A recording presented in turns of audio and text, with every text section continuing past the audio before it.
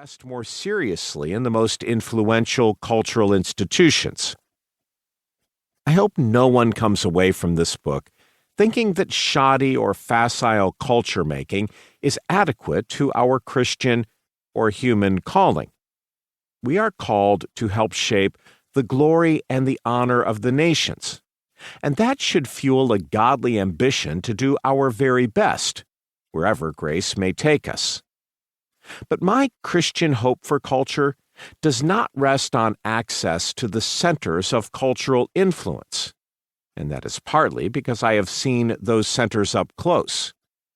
I am grateful for friends, not to mention my wife, who live and work at the very heart of elite institutions, and I celebrate their commitment to the flourishing of those important sources of cultural capital.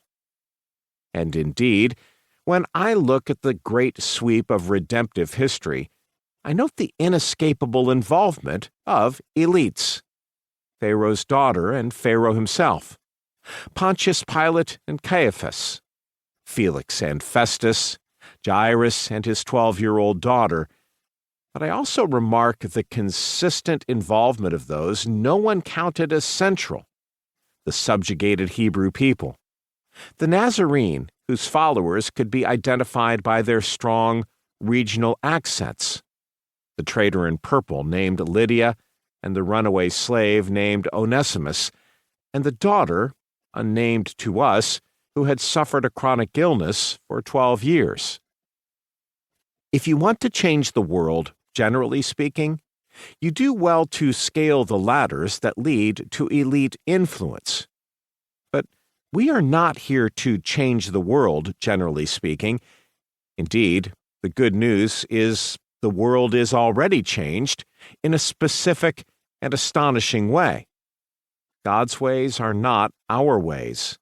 The culture He would have us make will undoubtedly be far more influential and far more marginal than our ambitions could ever fathom. It bears repeating. The good news about culture is that culture is finally not about us, but about God. May you sense that good news in this book, and may your life and work surprise you as wonderfully as this book's own life has surprised me. Pentecost, 2013. Introduction. The essence of childhood is innocence. The essence of youth is awareness. The essence of adulthood is responsibility. This book is for people and a Christian community on the threshold of cultural responsibility. For several decades now, many of American Christianity's most dynamic expressions have been youth ministries, even when they seem to serve grown-ups. Our goal, like that of many a plugged-in teenager, has been cultural awareness. We've paid the culture around us the ultimate compliment: careful study and often imitation.